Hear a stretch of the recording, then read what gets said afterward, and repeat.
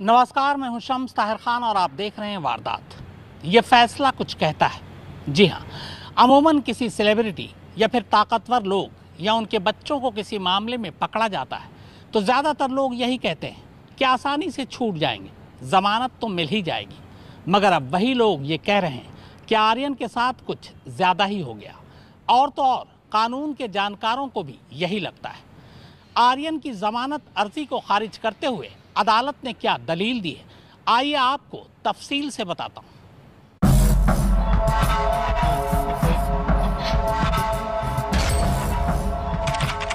Bell एक मौलिक अधिकार है, जबकि जेल सिर्फ एक अपवाद है। Chief justice of India, supreme court. Drugs की बरामदगी नहीं, ड्रग्स खरीदने के सबूत नहीं, ड्रग्स के लिए पैसों की लेन देन नहीं, किसी भी ड्रग पेडलर के साथ कोई फोन रिकॉर्ड नहीं, पिछला कोई इतिहास नहीं, पहले का कोई पुलिस रिकॉर्ड नहीं, कोई चश्मदीद नहीं, गिरफ्तारी के वक्त ड्रग्स का सेवन नहीं, बस 8-10 विदेशियों के साथ व्हाट्सएप चैट, पर चैट में भी ड्रग्स खरीदने बेचने का कोई सबूत नहीं, चैट में शामिल विदेशियों की कोई पुख्ता जानकारी नहीं। If you go back in 1978, when Justice Krishna Iyer said that bail is a rule and jail is an exception, so bail should be granted in all the cases, and it should be denied in very special cases where, of course, either there are some very grave allegations or there is a person who commits crime every day, and there's a probability that if he's released on bail, he will threaten the witnesses or he'll tamper with the evidence. You know, those grave cases. Only in those cases, bail was supposed to be denied. मैं ये आपसे निवेदन करना चाहता था कि इस case में, इस मुद्दे में कई ऐसे प्रश्न हैं जिनका उत्तर समाज को, हमको, मीडिया को नहीं मिला है, और ये प्रश्न चिन्ह दिन भर बढ़ते जा रहे हैं। ये मामला अभी लंबित है। मैं कोई इसमें अंतिम निर्णय एक नागरिक की हैसियत से, एक वकील की हैसियत से नहीं दे सकता, न देना चाहिए। लेकिन पहला प्रश्न उठता है कि अगर ये मान भी लिया जाए कि आप इसको खाद्य पदार्थ की तरह इस्तेमाल कर रहे थे, जो गलत हो सकता है, उसके लिए जिस प्रकार का आरोप लगाया गया है वो बैठता नहीं है। ये भी मान लिया जाए कि मैं आपके संबंध में हूं, आपके साथ हूं, आपका दोस्त हूं, और आपकी जेब में जो चीज पड़ी है उसका संज्ञान है मुझे, तो भी वो कोई फौजदारी गलती नहीं हो सकती। क्रिमिनल लायबिलिटी कहां से आ गई उसमें?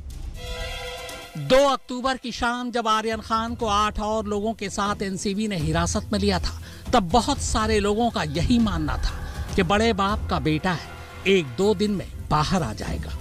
लेकिन 18 दिन बाद भी जब आर्यन को जमानत नहीं मिली, तो अब वही लोग ये कह रहे हैं कि शाहरुख खान का बेटा है, इसीलिए जमानत मिलने में मुश्किल हो रही है। सोशल मीडिया पर तो ये भी उछल रहा है कि आर्यन के साथ जो बाकी 7 लोग गिरफ्तार हुए, क्या उनके बाप नहीं है? क्या किसी को उन 7 के बाप का नाम पता है? अगर इस केस से एक आर्यन का नाम हटा दे तो शायद मीडिया के लिए भी ये कोई खबर थी ही नहीं। अब ये खबर 5 और दिन तक टीवी और अखबारों में छाई रहेगी, क्योंकि बॉम्बे हाई कोर्ट ने जमानत की सुनवाई के लिए 5 दिन बाद 26 अक्टूबर की तारीख दी है।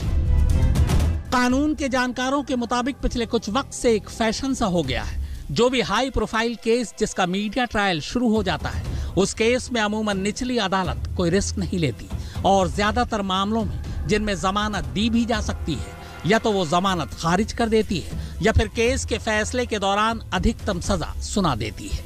हाल के सालों में जितने भी हाई प्रोफाइल केस हैं, उनको उठा लीजिए, बड़ी आसानी से पता चल जाएगा कि जिन जमानतों को निचली अदालत ने खारिज कर दिया, हाई कोर्ट ने लगभग उन तमाम मामलों में जमानत दे दी।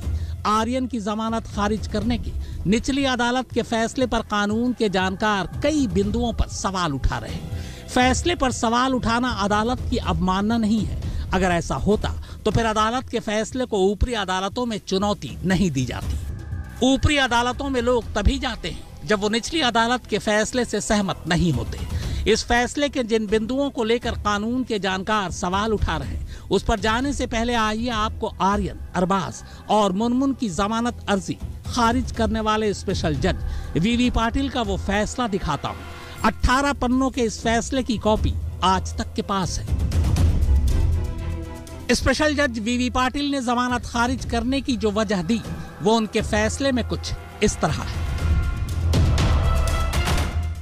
अदालत के सामने रिकॉर्ड पर जो सबूत रखे गए उसे देखते हुए पहली नजर में यही लगता है कि आरोपी एक बड़े ग्रुप का हिस्सा हैं। जैसे शौविक चक्रवर्ती केस में पकड़े गए सभी आरोपी एक साजिश का हिस्सा थे और इसीलिए जो ड्रग्स बरामद हुई थी उसके लिए वो सभी एक साथ जिम्मेदार माने गए थे।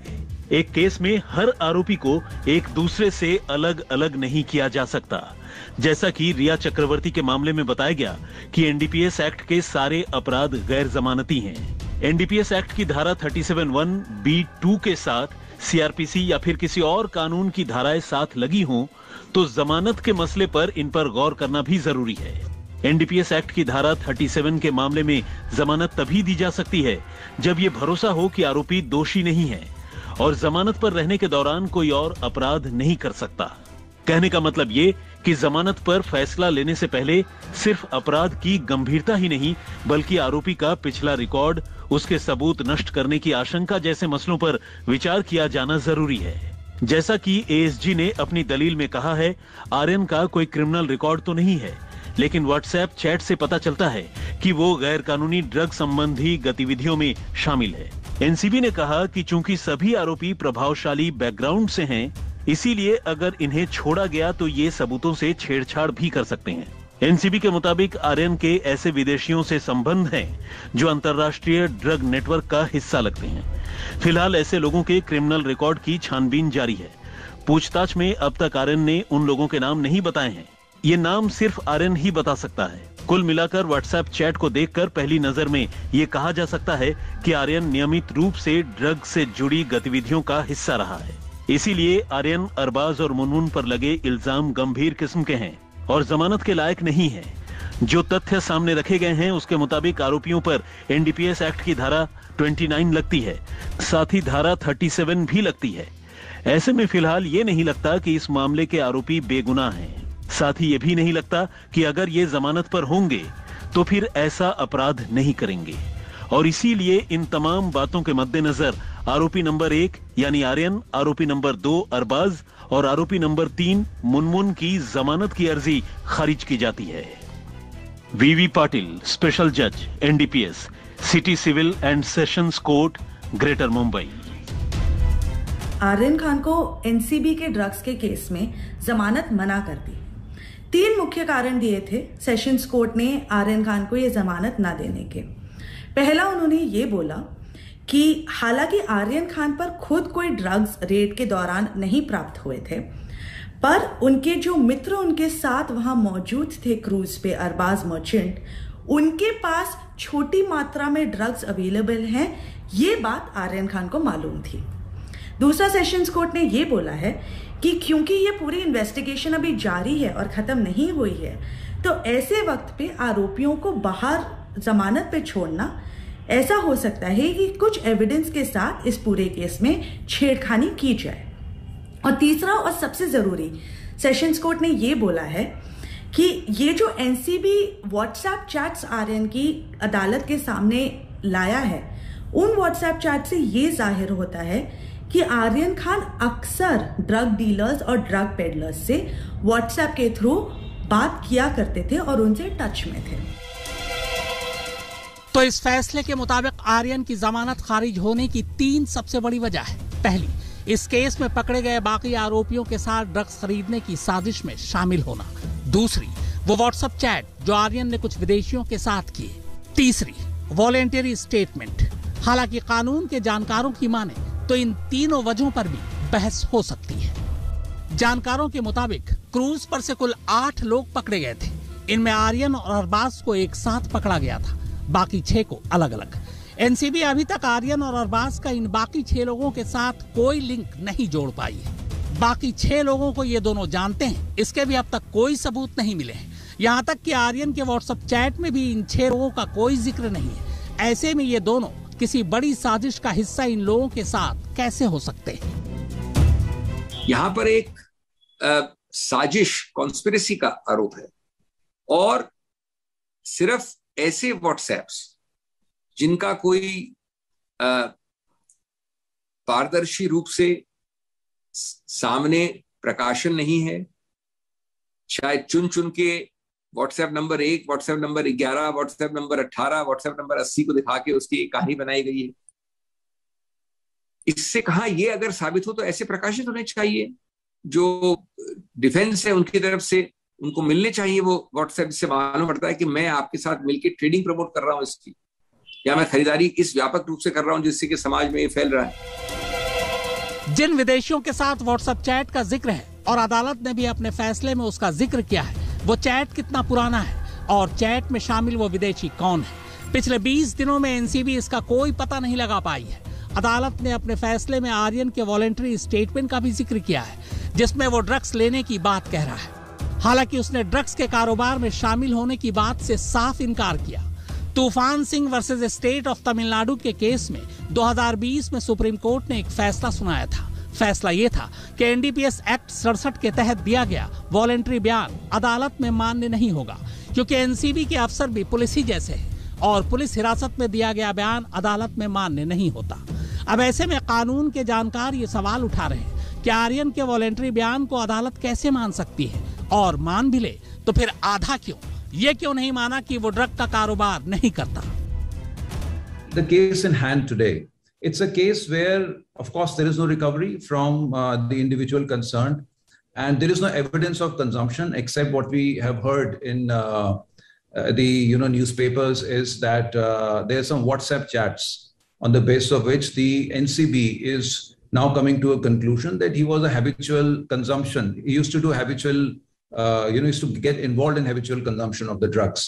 So all that is there, but if we go by the pure bail jurisprudence, then bail should be granted in all the cases unless and until you have those special circumstances where you know that the accused will not stand the trial or he will, as I've told you, tamper. कानून के जानकारों को फैसले की एक और बिंदु पर भी ऐतराज है। जज ने अपने फैसले में कहा है कि आर्यन एक असरदार परिवार से है और जमानत मिलने पर बाहर आकर सबूतों को नष्ट कर सकता है, साथ ही दोबारा से यही गुनाह कर सकता है, यानी ड्रग्स वाला। कानून के जानकारों की माने तो अदालत का यह मान लेना कि जमानत मिलने के बाद बाहर आते ही वो फिर से ड्रग्स लेगा या ऐसी पार्टी में शामिल होगा, ये उचित नहीं है। सिर्फ धारणा के आधार पर जमानत खारिज नहीं होनी चाहिए। दिल्ली से नलिनी शर्मा, विद्या, मुस्तफा शेख और सौरभ वक्तानिया के साथ दिवेश सिंह, मुंबई आज तक। एनसीबी के जांच अधिकारी आखिर गुरुवार को मन्नत क्यों पहुंचे और फिल्म एक्ट्रेस अनन्या पांडे से एनसीबी ने क्यों पूछताछ की? पूरी कहानी इस ब्रेक के बाद आप देखते रहिए वारदात।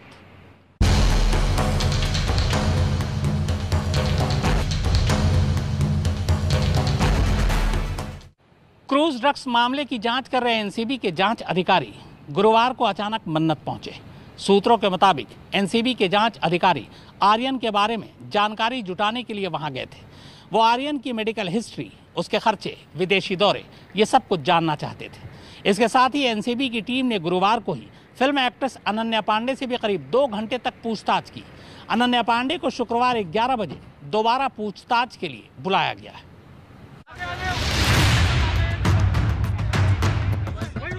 जमानत को लेकर उठ रहे सवालों के बाद अब एनसीबी भी दबाव में है, क्योंकि जिस तरह एनसीबी ने इस मामले में आर्यन और इंटरनेशनल ड्रग सिंडिकेट की बात की है, उसे वो साबित नहीं कर पाई तो आगे चलकर उस पर उंगलियां उठेंगी, जिसका असर एनसीबी के दूसरे केस और ऑपरेशन पर भी पड़ेगा। वैसे आर्यन मामले से जुड़े एनसीबी के जांच अधिकारी गुरुवार को मन्नत भी पहुंचे थे। गुरुवार को ही एनसीबी ने एक्ट्रेस अनन्या पांडे, जो कि चंकी पांडे की बेटी हैं, उन्हें भी पूछताछ के लिए दफ्तर बुलाया। अनन्या से एनसीबी ने लंबी पूछताछ की। दरअसल एनसीबी का दावा है कि आर्यन के व्हाट्सएप चैट से एक चैट आर्यन और अनन्या का भी मिला था, जिसमें दोनों ड्रग्स की बात कर रहे थे। इसीलिए अनन्या को एनसीबी ने तलब किया। दिल्ली से नलिनी शर्मा, विद्या, मुस्तफा शेख और सौरभ वक्तानिया के साथ दिवेश सिंह, मुंबई आज तक। तो वारदात में फिलहाल इतना ही, मगर आज तक पर खबरों का सिलसिला लगातार जारी है।